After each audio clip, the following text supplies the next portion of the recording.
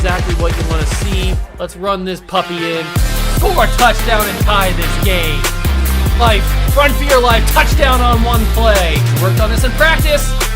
Touchdown. It's up to Kelvin Benjamin. This is all you, buddy. Kelvin Benjamin for a touchdown. Oh, he toasted his man. Holmes toasted his man. Spin move. Oh! Oh!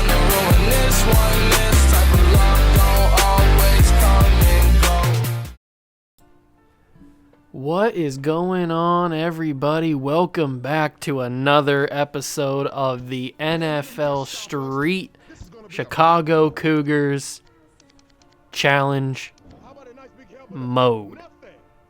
That is right. We continue on. We continue playing.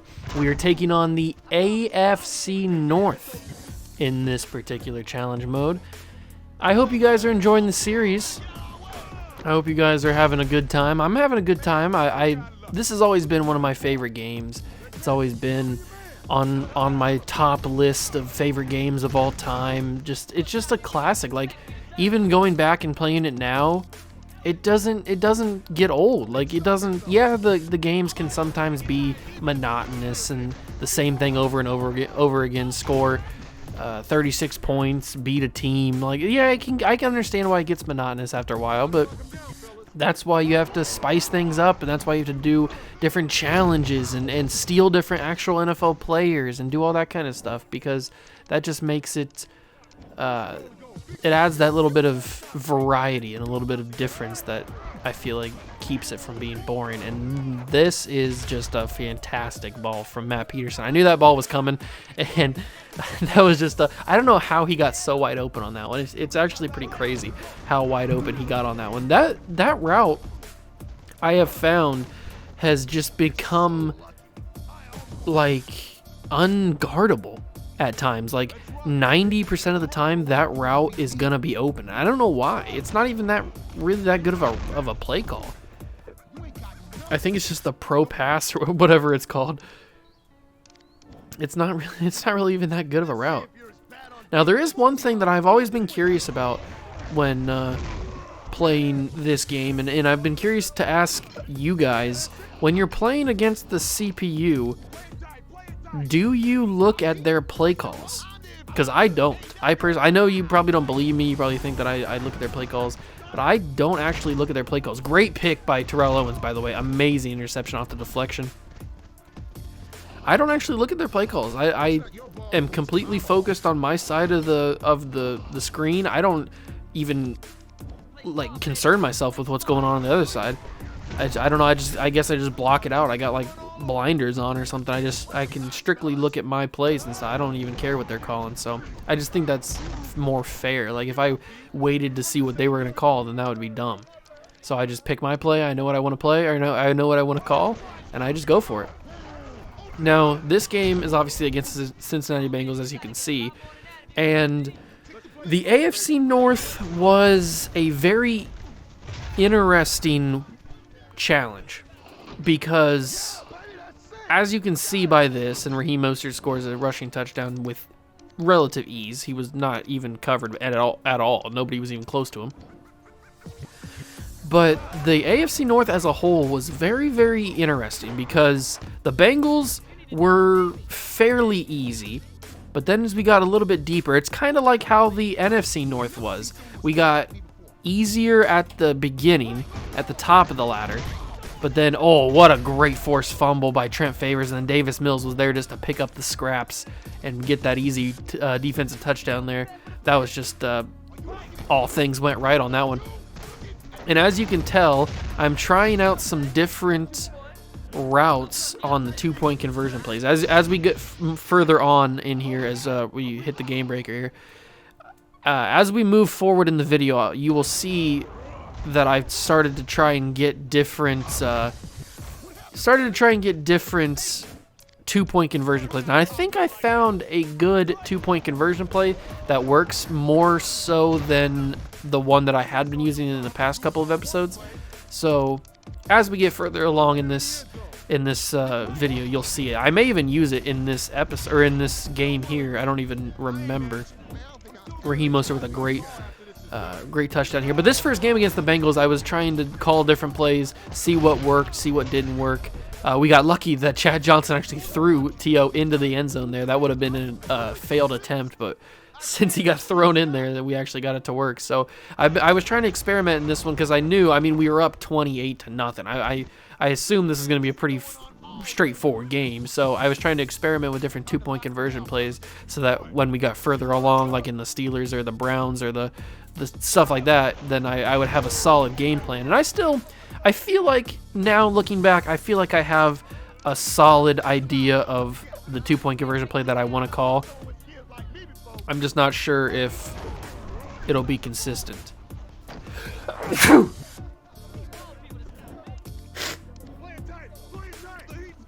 We got lucky on that safety, by the way, or that, the safety that we got. Because now all we have to do is score one single touchdown, and we will be good to go. I'm starting to really enjoy this team. I know that I still need some obvious upgrades, like Davis Mills needs to be upgraded a little bit more in terms of passing and maybe a little bit of speed and stuff. We could certainly work on some catching with Matt Peterson and Raheem Mostert, carrying with Raheem Mostert, obviously, so he doesn't fumble. He rarely fumbled in this episode, as you'll see.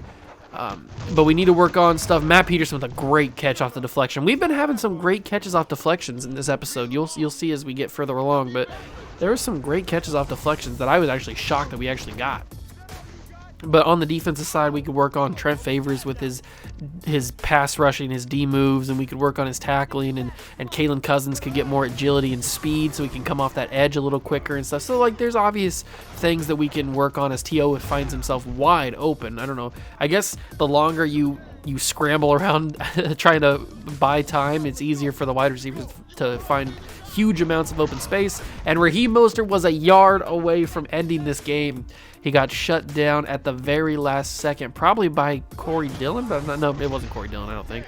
And then he gets on the second attempt, 36-0. I finally shut a team out. That's the first time I've ever shut a team out in this series. We shut out the Bengals 36-0, and we did it in 6:48. Raheem Mostert was the MVP, 3 touchdowns. I'll see you guys in the next game. This is going to be a good one. Here we are in the next game. I think this is against the Ravens. I'm not 100% sure. No, it's against... Who is it against? The Browns? It's against the Cleveland Browns. I think the Ravens are next and then the Steelers are the final ones, if I'm not mistaken. So we're going up against the Cleveland Browns in this one. I don't really remember what happens in this one, if we're being totally honest. I remembered that we shut out the Bengals, but I don't remember what happens in these next couple games. I know that one of these games takes a little bit longer than normal. I think we start to build up the time limit. I did that one in, 6:48 it said? I don't think I get another one under 7 minutes for the rest of this episode. So these were starting to get a little bit more tricky. The Browns weren't super hard to take on. The Ravens and the Steelers were certainly a little bit more difficult. And that route, man, I tell you what, if the DB is playing back on that route, Matt Peterson 9 times out of 10 is going to catch that, and it's going to be a big-time play. And it worked out for us right there. And now you can see my process here. I'm trying to figure out different play calls, and I find curl post. And you'll see throughout this video that curl post, look at Matt Peterson, how wide open he is. You'll see throughout this video that curl post becomes my go-to two-point conversion play because of the possibility that Matt Peterson can get out on the edge and just be so wide open. And I don't know how he didn't get the fumble right there. I for sure thought T.O. dove and got that ball, but the Browns recovered it. It's second down. Kalen Cousins coming off the edge. He got bumped. The ball was thrown right at Matt Peterson's head, but he didn't pick it off. So it is 3rd down and goal for the Cougars. Not 3rd down and goal, 3rd down. And there goes Trent Favors diving at Holcomb, and he gets the sack, and he's doing a little bit of dance, getting jiggy with it. Big time play for Trent Favors. It's 4th down. Now, unlike the Vikings game, which was just frustrating, I think we do a pretty good job as Kalen Cousins sacks him and forces the turnover. That Vikings game still haunts me because of how many times we had them on fourth down as Raheem Mostert wide open for the touchdown. How many times we had them on fourth down that then they just converted. I think it was like 4 or 5 different times we had fourth down on them and they still converted. It was so frustrating. I don't know why we couldn't do it. But here we go. I call the curl post again, and this time Terrell Owens was the one to catch it. So there's different options that I can utilize if I can buy enough time to scramble out of the pocket. So I think that's going to be my go-to play for the most part, as Kalen Cousins gets another sack on Holcomb because they faked the pitch, and it allowed Cousins to get there in time. If they would have done the pitch, they probably would have got a big-time gain, maybe even a touchdown. And I thought they were going to give it to or keep it with Holcomb. Luckily, we got it. We fumbled it, but we got it back. Kalen Cousins was able to pick it up again. I thought they were going to give it to Green, but actually Holcomb kept it, and they probably shouldn't have. Or wait, no. What was it, Holcomb that actually gave it to Green? I don't remember. It was just a couple seconds ago, but I don't even remember what happened. And Raheem Mostert wide open for another touchdown. And at this point, I thought, hey, this is going to be super easy. I'm going to shut out back-to-back. I'm going to shut out back-to-back teams, but it's not going to be that easy. A little bit of a spoiler alert. Now, I do want to say that I continue my streak of, in this game at least, not having any team get their game breaker against me, so that's good. That is certainly a good thing. Unfortunately, we couldn't get that 2-point conversion play, but Holcomb was able to get away from pressure and find Griffith, and then I completely screwed up. That's 100% on me on that. The reason he got so many yards on that. I completely screwed up with T.O. I thought I was going to have more room to dive, but he kind of like dove over top of Peterson and it got screwed up. So they get a big gain here. Holcomb goes in. I thought I picked that off, but Griffith was able to catch it, and they score a touchdown. So there goes the back-to-back shutouts, but at least I finally shut out a team. I had never done that before. So we finally shut out a team, and they fumble that one, and we pick it up with Mekhi Becton, so we convert we stop the 2-point conversion, and we got our game breaker. But remember what I said in the last episode. Just because we got the game breaker doesn't mean we're going to use it on offense. That would be a dumb thing to, well, it wouldn't be a dumb thing to do, but it would be it wouldn't be working with the strategy that we have cultivated here in these first couple episodes. You got to use the game breaker on defense, but you got to be able to trust your offense to get first downs and get conversions and then get points so that you can have that big time lead. Because you know what we say, you score the touchdown, you get the game breaker, you get the ball back with the game breaker, and you score another touchdown. Just like that, you flip it from being down 7 to being up 14, or to being up 7, excuse me, not being up 14, being up 7. So you flip the tables like that. It's so easy to use it on defense. Now, obviously, if you want to use it on offense, like if you're on a crucial must-get first down and you have a game breaker and you need to use it on offense, then no doubt use it.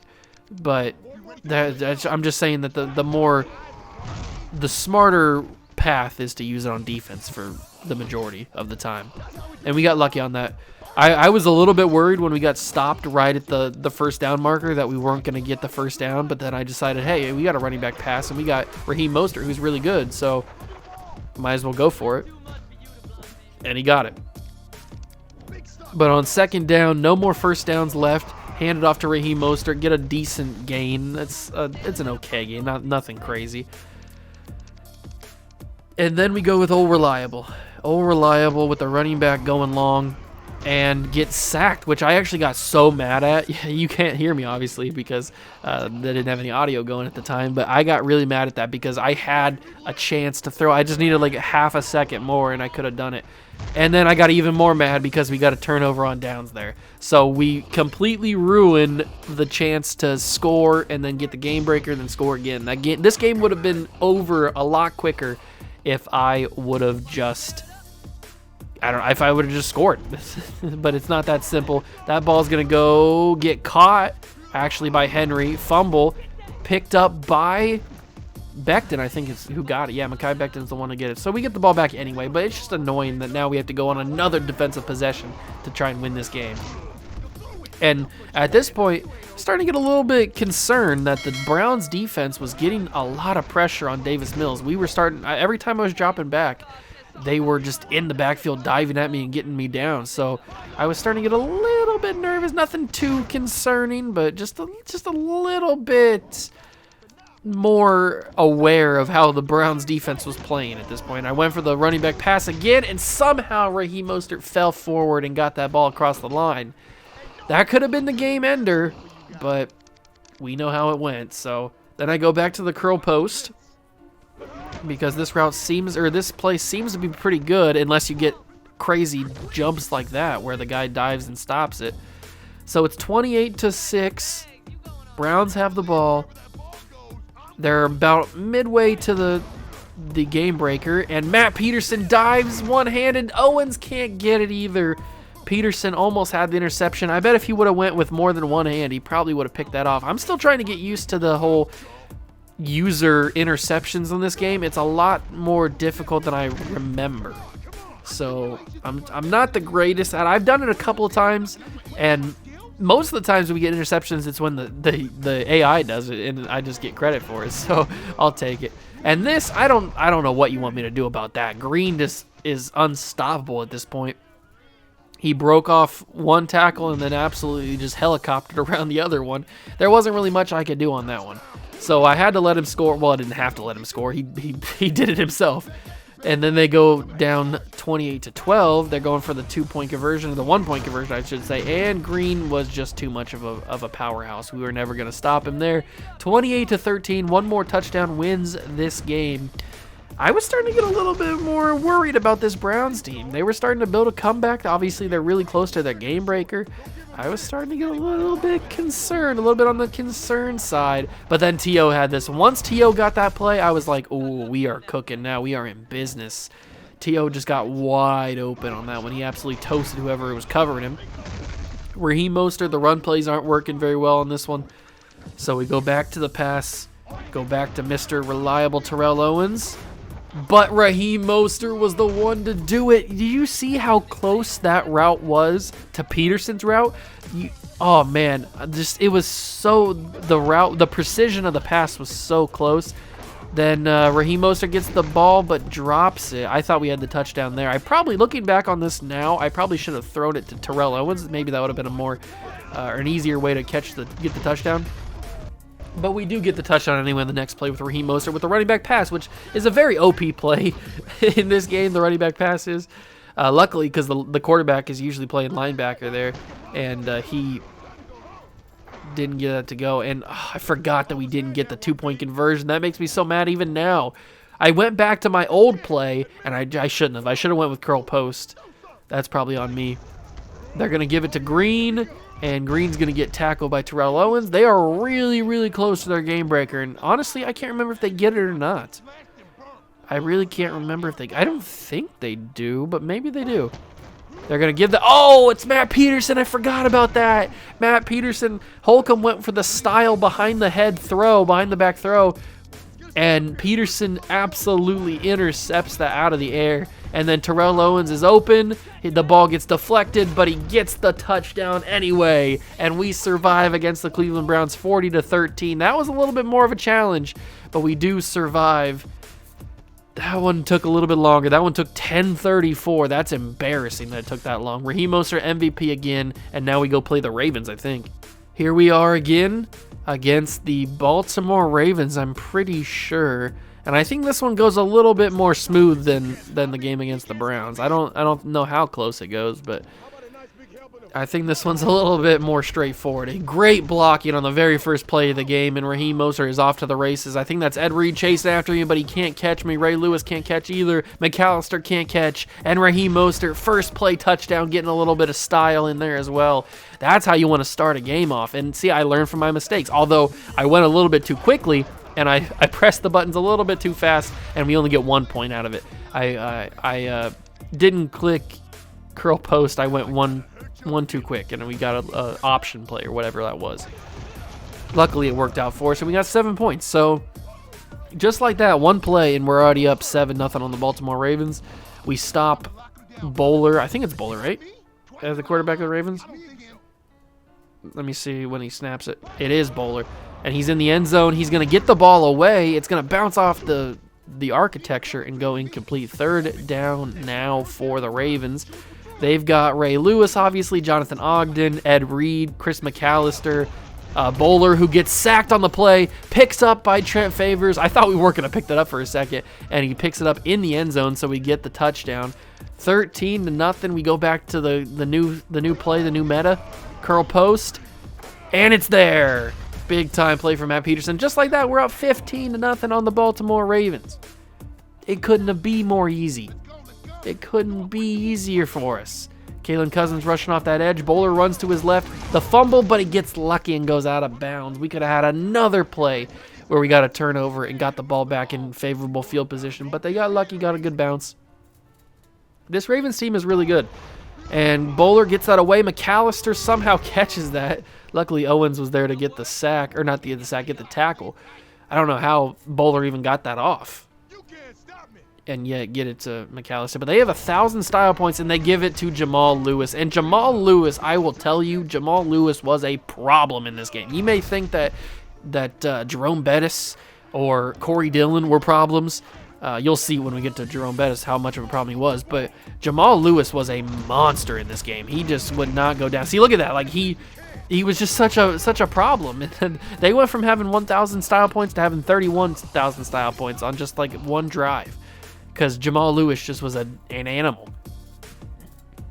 I'm so glad that this game we had in control at this point, because Jamal Lewis was starting to heat up a little bit. Another good run play and another great blocking from our offense here. And McAllister this time was able to catch up to us, but we are inching our way closer to that game breaker. 89,000 style points, 15-7. Another run, back-to-back run plays. McAllister's there again, tried to spin around it, but no shot on that one. 95 points now. I think we get it on this play. I think, yes, Peterson's open. He gets the first down. That should be the game breaker. It is. That's right. That is right. 10,000 points on that play, but we're not going to use it on offense. Remember that. I chucked that up to Peterson. He had it in his hands, but it was great coverage, I think, by Ed Reed there. And they stop it, go out. It goes incomplete. We got another shot, and it's going to be Davis Mills rolling out. He finds Raheem Mostert, but he drops it as well. McAllister is all over the field right now, and we don't have a shot at a first down. We are too close. We are going to have to find something, and somehow I am in shock even to this day at how that got past Chris McAllister there. I do not ask me how that got past Chris McAllister. I thought that was at least a knockdown, if not intercepted. But Raheem Mostert somehow pulls it away, and then Matt Peterson. You see what I'm talking about? This play just works a little bit more often than the other one we were running in the past couple episodes. So I think I'm going to stick with the curl post on 2-point conversions. But we get the game breaker. Raheem Mostert's going to be the one to do it. And we destroy Jamal Lewis. Owens is there to pick it up. And Owens is there to fumble the ball into the end zone. And the Ravens pick it up. I was heated at this moment because I was so close to getting this game done quickly, but that moment just boils my blood. The fact that Terrell Owens, and to be fair, it's my fault. I was getting cocky because I was almost to the end zone. I was started to show off a little bit, and I shouldn't have. And Terrell Owens fumbles the football. They get it back. The worst part is it goes to the end zone, because then they're going to get a touchback if they pick it up, and that's what they did. So that just, even right now, I'm just steaming because that happened. I could not believe when that happened. I could not believe it. So we had to go back on defense. We got them to a fourth down here. Can we stop them and get a turnover on downs? We need a big-time play. They're going to give it, and Chris McAllister somehow comes up with it.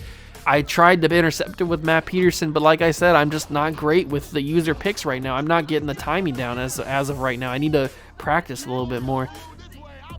I can't get that timing down, but they get the first down with McAllister. Jamal Lewis gets another first down on a very simple run. And it's not looking good for your Cougars, ladies and gentlemen. It's not looking good. The Ravens are starting to build some momentum, especially if Jamal Lewis was here. I just gave up on that one. Jamal Lewis, he was easily going to score a touchdown there. I knew I wasn't going to tackle him, so I just kind of gave up and dove with who was that? Terrell Owens, probably. And now they go for the conversion here. Are they going to get the 1 point or the 2 point conversion? Or are they going to get stopped? They're going to run with Jamal Lewis. He's going to power through and then pitch it back to Ed Reed and get the touch or get the conversion. I could not believe that either. The Ravens were pulling out all kinds of things from out of their hat. Great play from Raheem Mostert to start off the drive, though, on the next possession. Now, remember, we got to score 2 more times if we want to get this game over with. But we wouldn't have had to score 2 more times if Terrell Owens wouldn't have fumbled the freaking football on the return. But he did. We have to move on, even though I'm still angry that happened. Luckily, Matt Peterson able to get that over the top, and I swerve out. It was that Jamal Lewis I swerved.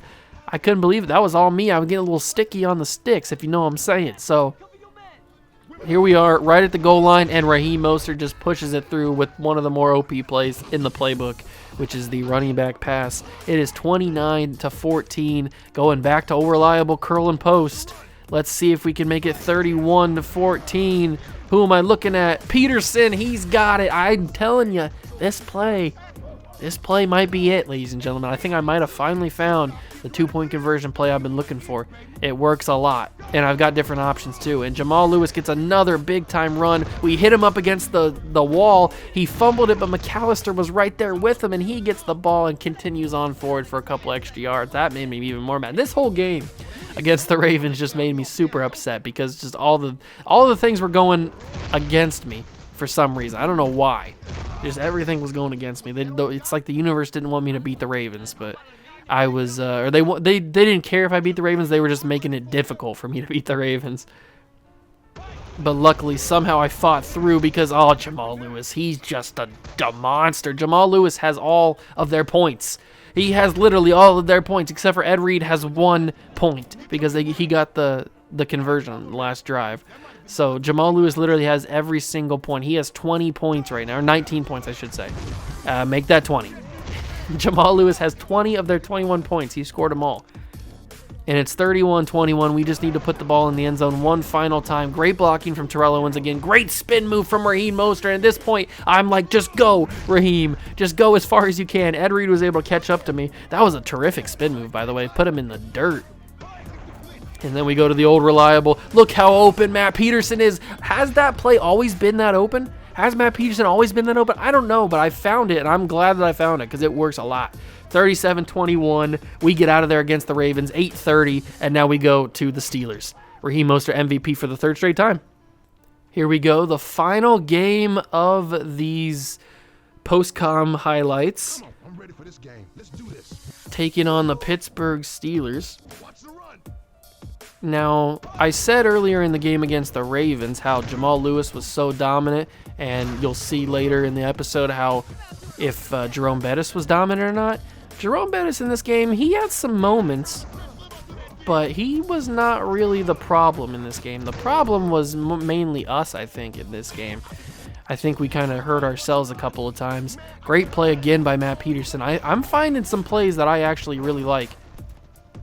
As that one goes incomplete to the intended receiver of Terrell Owens. I am certainly finding some plays that I really, really like. And Raheem Mostert, obviously one of the best players, if not the best player on the team, not considering the Terrell Owens, who we stole.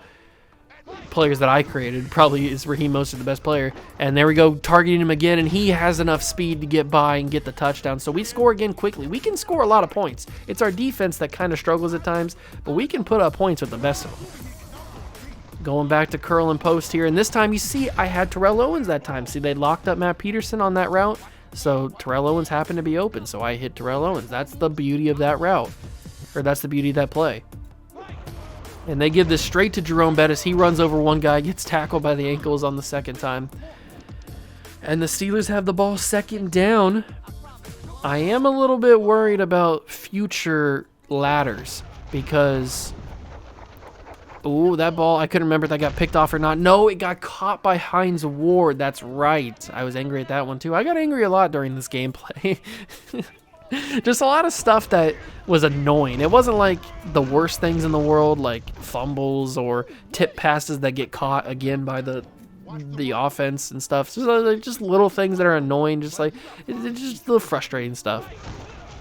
But I was able to get through it. Hines Ward actually passes that one to Scott, but we were all over it.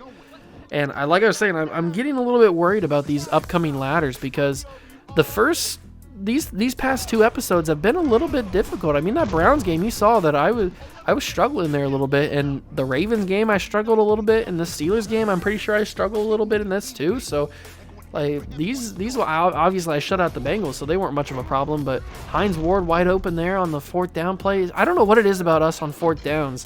We just can't seem to stop them and get turnovers. More than likely they're going to convert, and I don't like that. I don't like that one bit.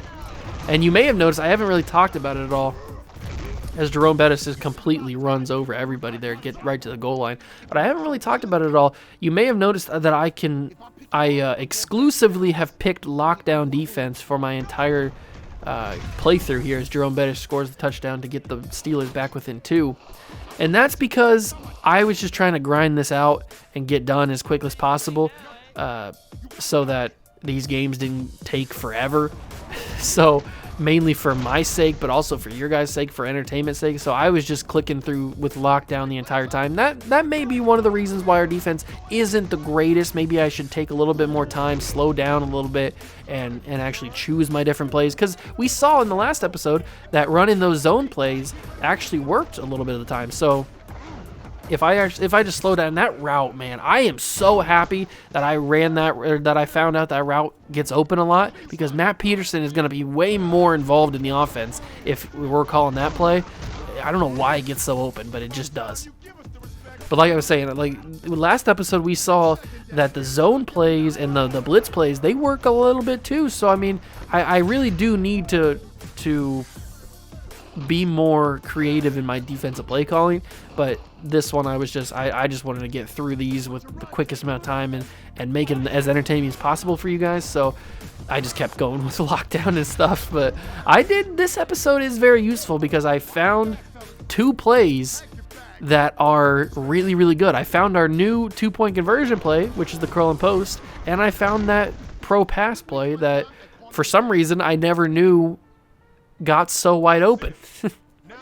I don't know why I didn't. Maybe it always has been like that and I just never noticed it. I've always been targeting, great catch by Jerome Bettis, by the way. I've always been targeting the square receiver, which is usually Terrell Owens on that route. That was always my first read. But for some reason this episode, I noticed that Matt Peterson, which is X, I noticed that he was like like butt naked wide open, like so wide open you couldn't be more wide open. I don't know why I noticed it, but I did, and I threw it, and then I started throwing to again because I wanted to see if that was always the case or if it was just one lucky play. And Steelers, we got lucky there that the Steelers didn't convert that on the fumble. That would have been made me even more mad than I already was. But I kept calling it to see what would happen, and it just kept getting open. Raheem Mostert shows great strength there to get the touchdown going up against it. And I was mashing the X button trying to get the touchdown there. We're up 22-6, going back to curl and post as we always do. Well, now we always do. This time it doesn't really work. They had it locked down pretty good. The only way I would have converted probably is if I would have ran it with Davis Mills, and I don't even know if I would have done it then. So 22-6, we need to score again and again to win this game. They give it to Jerome Bettis. That was my fault on that one. He should have been stopped a lot farther than what he was.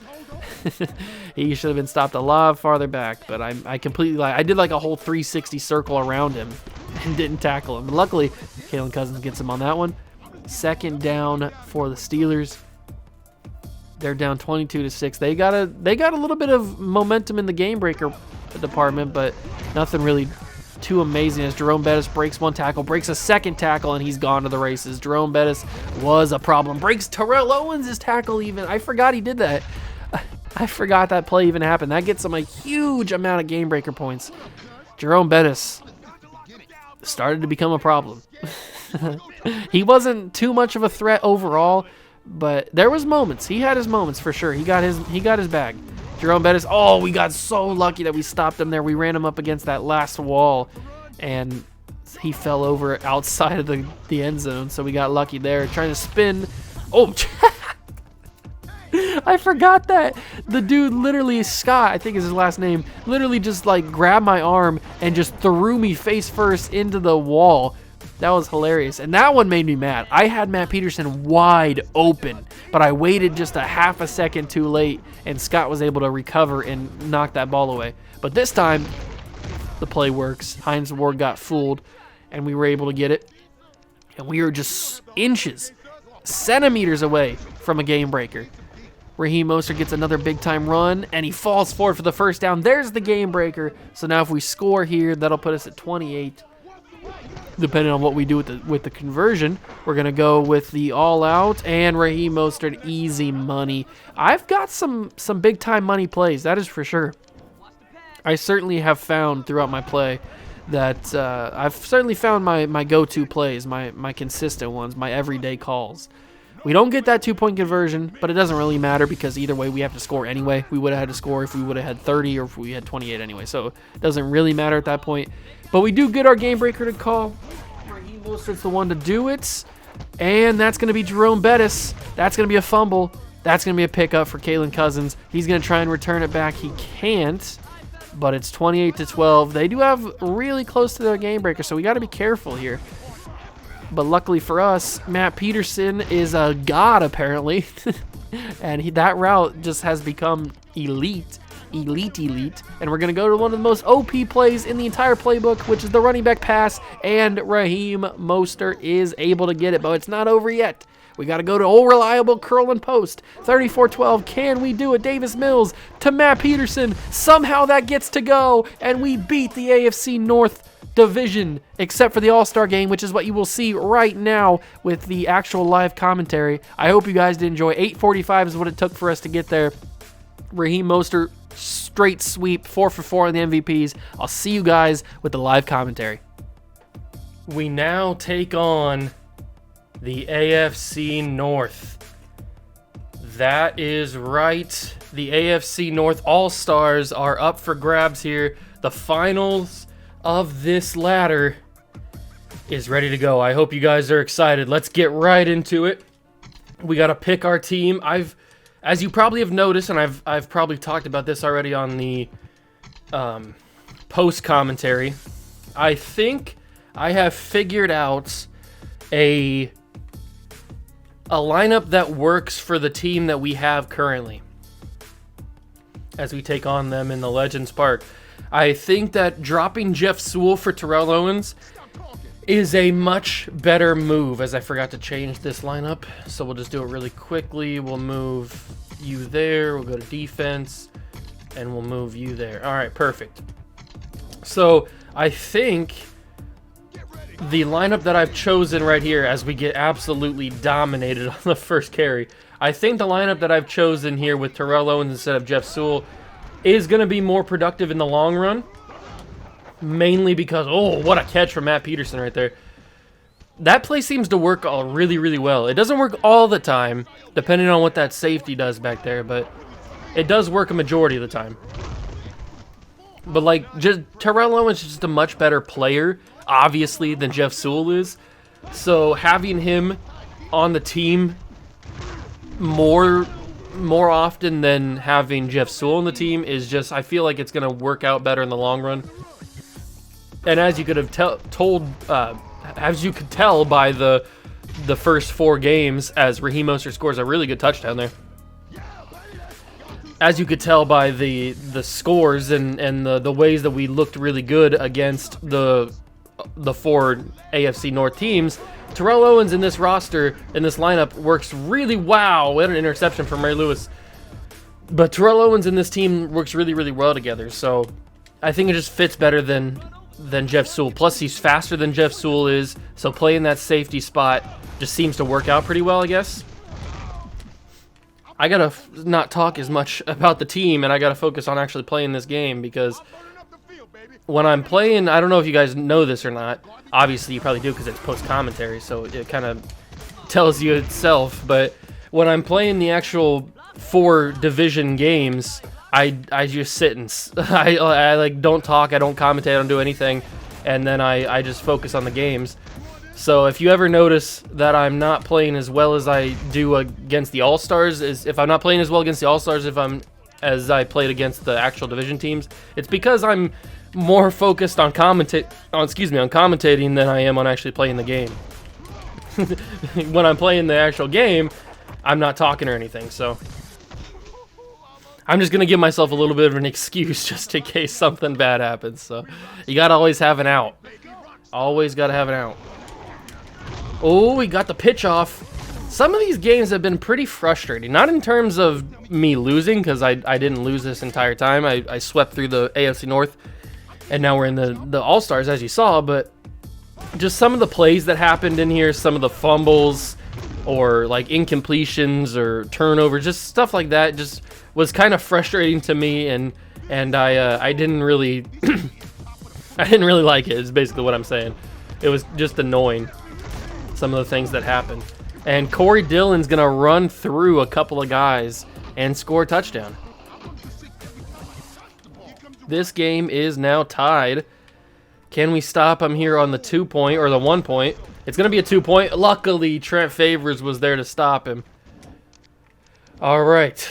This looks like it's mainly Cincinnati Bengals players.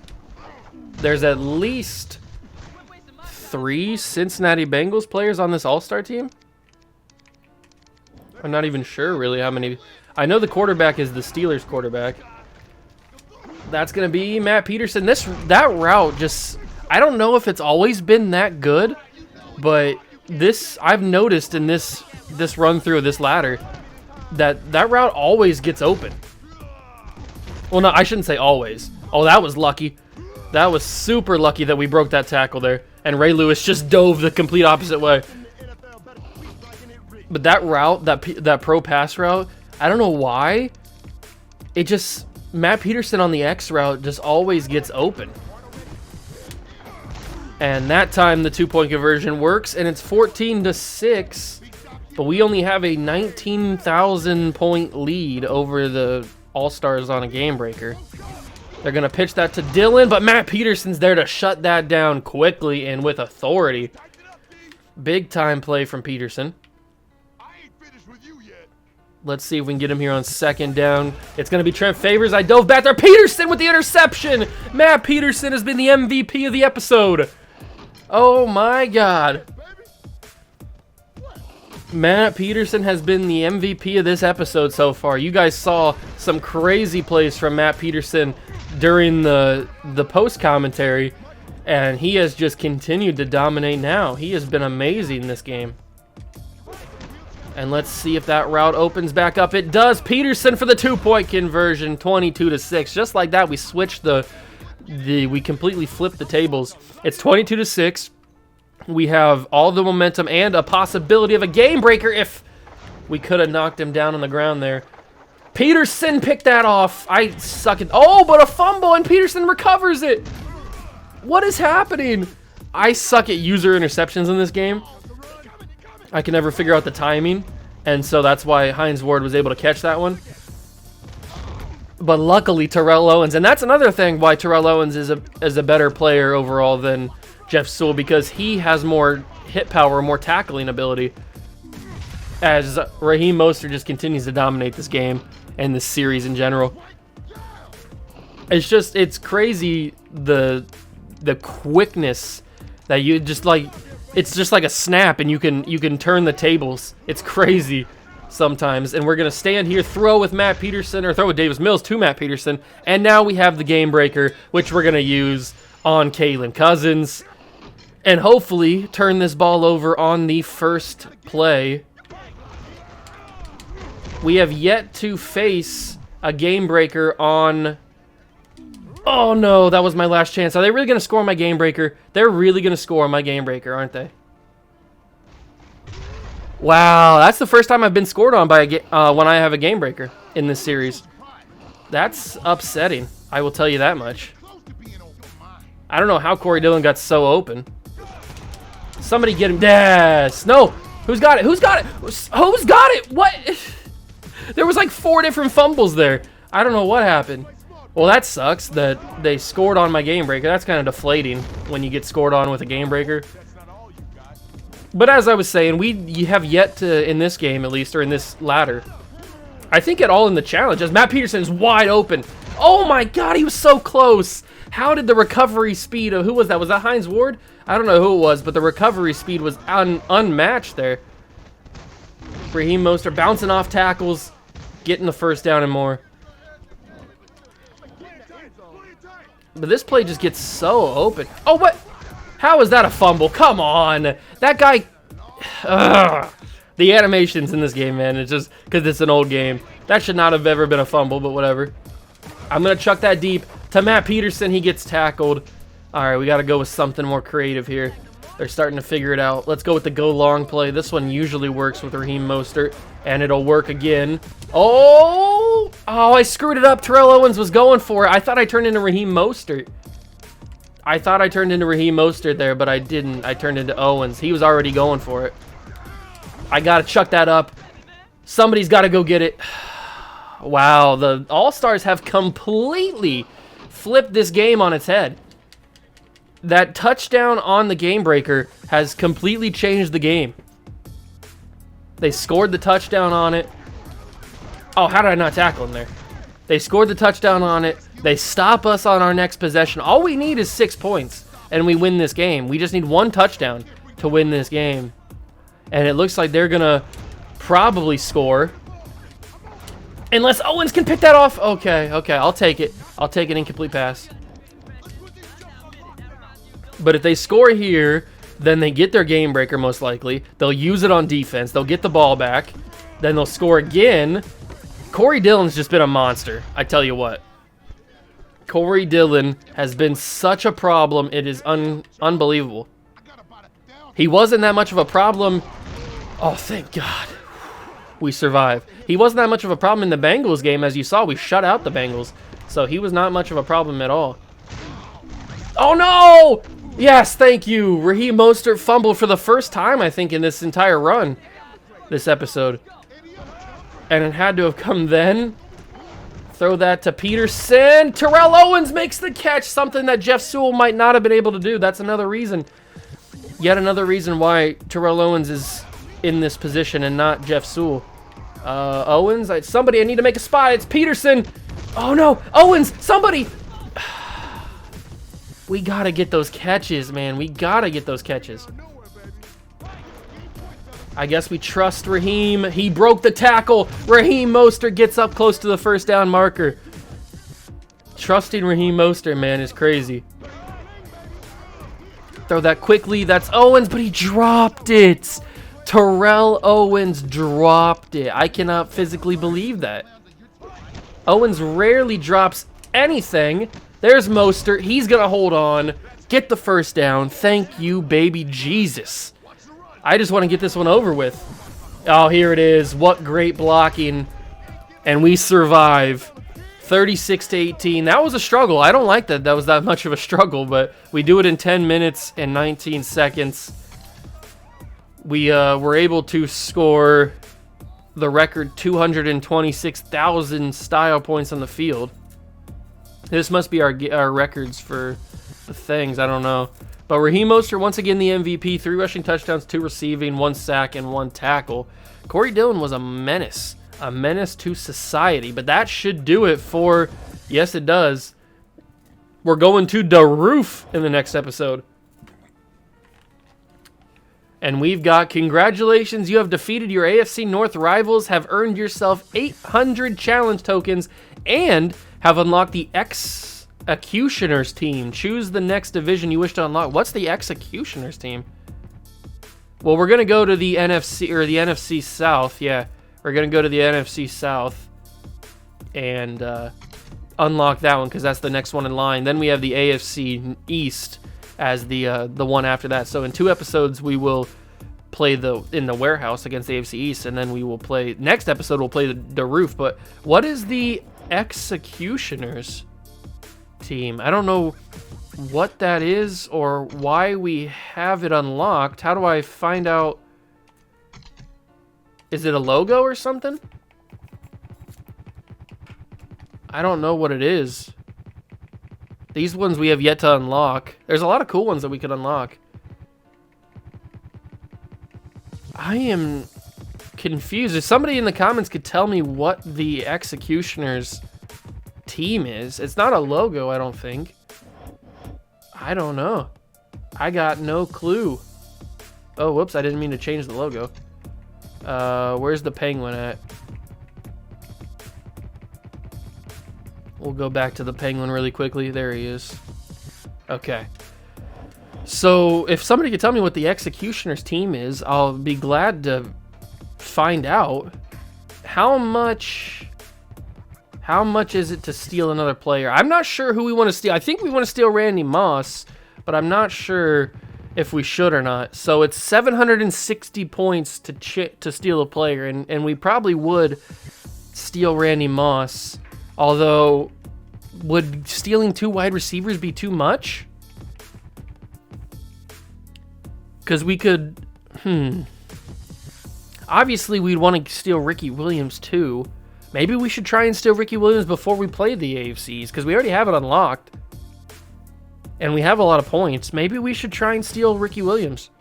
I don't know. It's between Ricky Williams and Randy Moss on who we should steal. But by next episode, you should know if I've stolen anybody, because the episode will open with me attempting to steal that player. So, depending on what happens, we'll see.